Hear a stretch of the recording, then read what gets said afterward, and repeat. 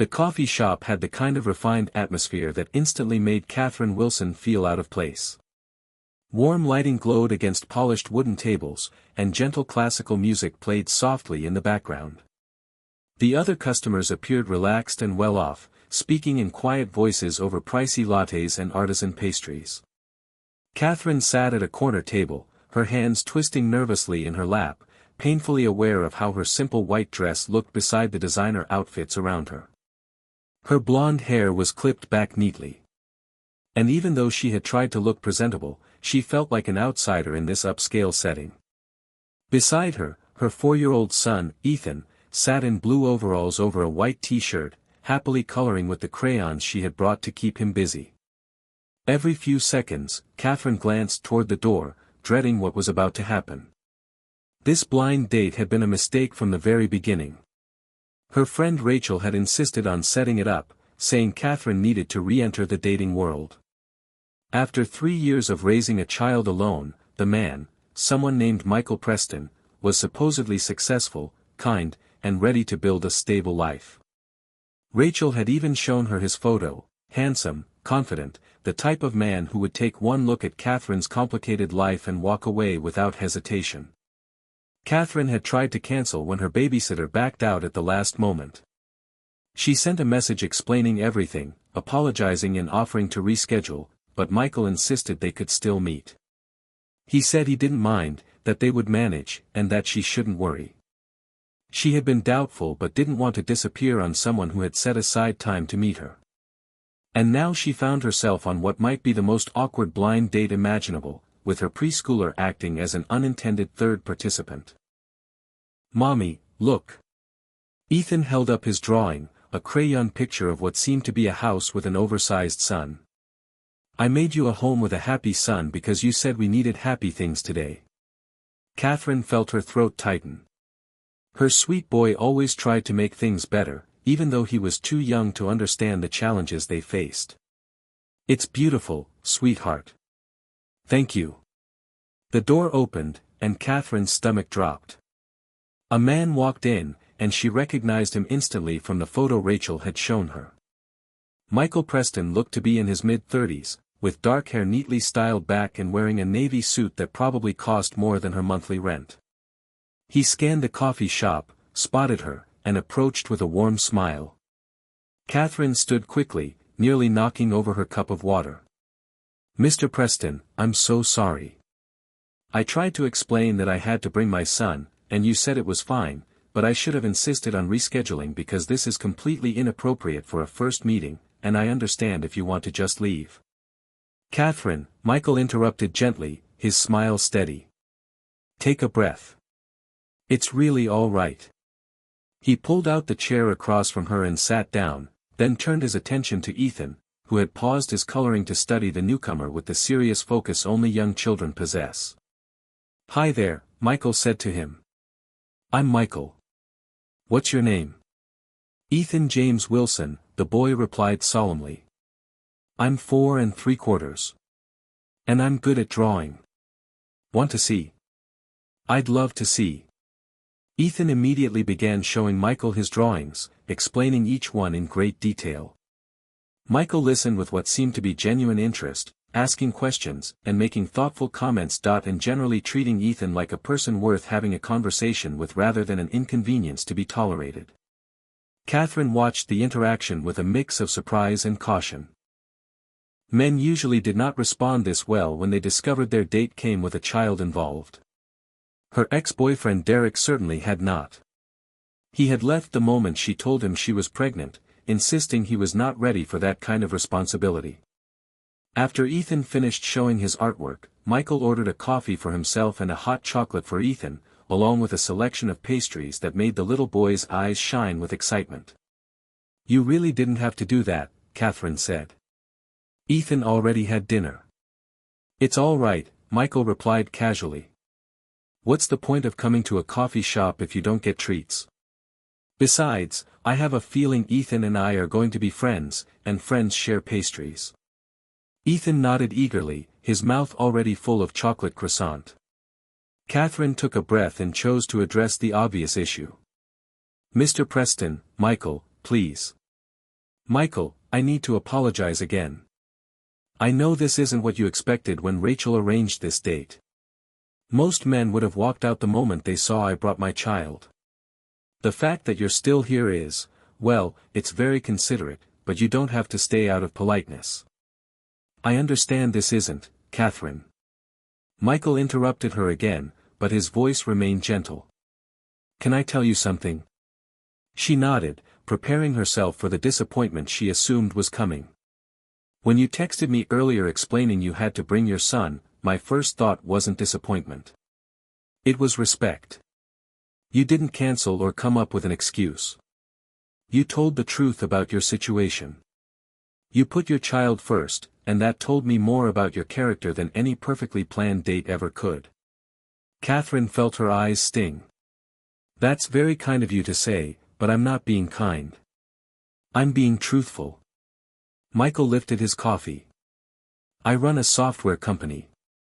I'm successful. I do well financially, and dating has been complicated.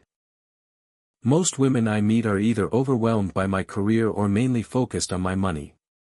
It becomes tiring trying to figure out who is sincere and who is pretending. He motioned toward Ethan, who was busy drawing a new picture. But you show up to a first date with your son, apologizing for not fitting whatever expectations you think I had, worried that you're inconveniencing me. You're not trying to impress me. You're not hiding anything. You're simply being yourself, and that's incredibly refreshing. Catherine had no idea how to respond. She had spent 3 years believing that being a single mother made her unappealing, that her complicated reality would scare away any decent man. And now here was someone who seemed to think it was something good rather than something to avoid. Tell me about him, Michael said, nodding toward Ethan. Rachel told me you were a single mom, but not much more. What's your story? Catherine hesitated, then decided that if he wanted honesty, she would offer honesty. Ethan's father left before he was born. Said he wasn't ready to be a parent. I was 24, working as a receptionist, barely earning enough to support myself, let alone a baby. But I couldn't not have him. He's the best thing that ever happened to me, even though the timing was terrible. She took a breath and continued. I work 2 jobs now. Receptionist during the day, waitress 3 nights a week. Ethan goes to a daycare that's affordable but not great. We live in a small apartment. I'm always behind on bills, always worried about what will happen if he gets sick or if my car breaks down. I don't have time to date. I barely have time for anything besides work and taking care of him. So this, she gestured around the coffee shop. This isn't my world, and I'm sorry if it's not what you were hoping for. Michael was quiet for a moment, and Catherine prepared herself for the polite excuse that would bring the evening to an end. Instead, he smiled. Catherine, do you know what I see when I look at you? She shook her head. I see someone incredibly strong. Someone who makes daily sacrifices for her child. Someone who works 2 jobs to provide stability. Someone who keeps going even when life is difficult. He leaned forward slightly. And I see someone who is so busy apologizing for her circumstances that she hasn't realized she is exactly the kind of person I've been hoping to meet. Catherine felt a tear slide down her cheek. You can't mean that. Why not? Because I'm a mess. Because I have baggage.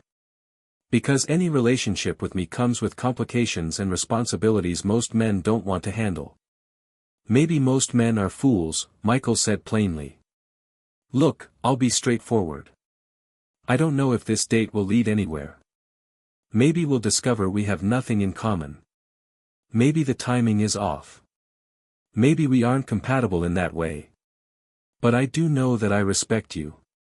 I respect the way you manage a difficult situation with strength and dignity, and I'd like to get to know you better, complications included.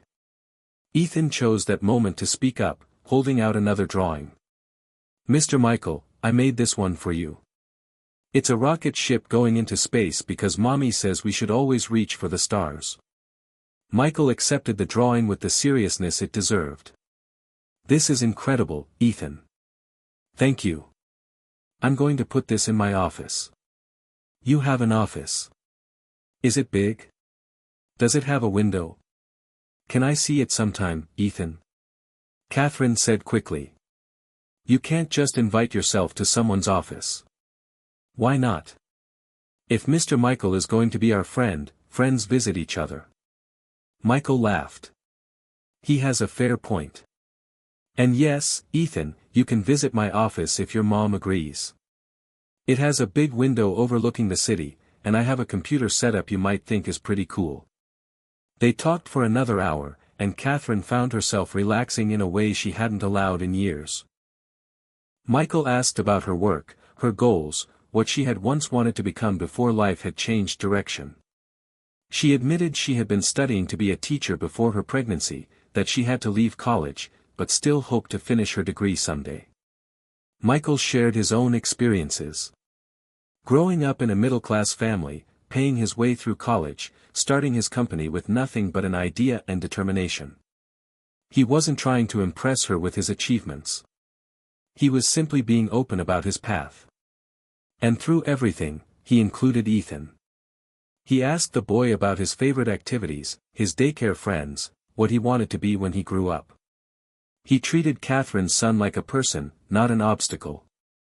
When it was time to leave, when Ethan was getting tired and irritable, Michael walked them to Catherine's car, an old sedan that had clearly seen many years. Thank you, Catherine said as she fastened Ethan into his seat. For being so thoughtful tonight, for not making me feel like a burden. You're not a burden, Catherine. You're a woman doing her best in a challenging situation, and I think you're doing an incredible job. He handed her his business card. I'd like to see you again. Maybe next time you can find a babysitter and we can have a proper date. But I want you to know I'm not put off by Ethan. I'm not intimidated by your life. If anything, I'm impressed. Catherine took the card with trembling hands. I'd like that, to see you again. I mean, good. Michael smiled at Ethan, who was already drifting to sleep. Bye, buddy.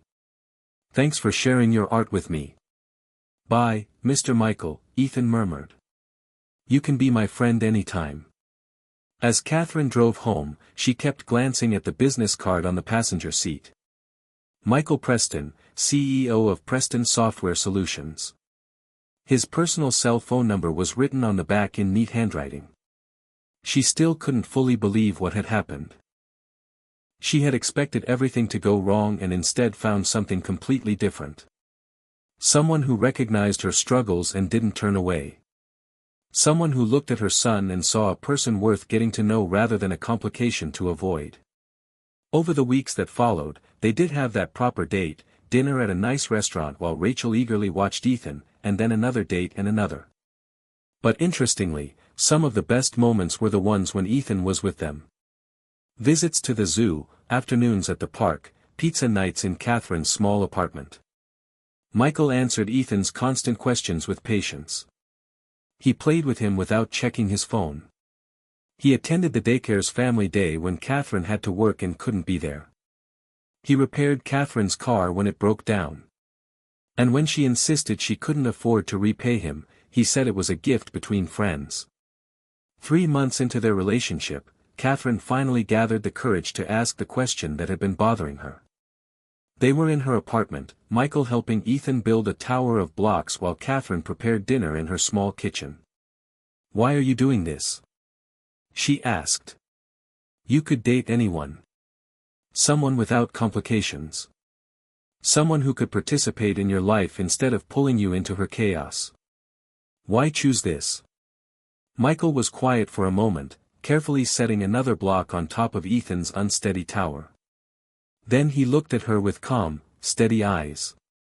Do you know what I realized the night of our first date? He asked.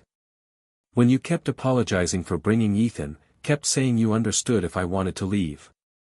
Catherine shook her head. I realized I had been dating the wrong kind of people. I had been dating women who would never bring their child to a first date because they would be too focused on making the right impression. Women who would hire a babysitter no matter what or cancel or find another solution that put the date above their child. He helped Ethan add another block. But you didn't do that. You tried to cancel to protect your son from disappointment. And when I said we should still meet, you chose honesty instead of pretending. You arrived as your true self, complications included. And I thought, this is someone genuine. Someone worth knowing. He stood up and walked toward her. Catherine, I'm not doing you a favor by dating you. You're doing me a favor by allowing me into your life. You and Ethan, you've shown me what actually matters. Not business success or financial achievements, but love and sacrifice and being present for the people you care about. Catherine felt tears running down her face. I was so sure you'd leave. Where would I go? Back to empty dates with people pretending for me. Back to a life where everything was simple but nothing had meaning. He wiped her tears gently. No thanks. I'll take complicated and real over easy and hollow any day.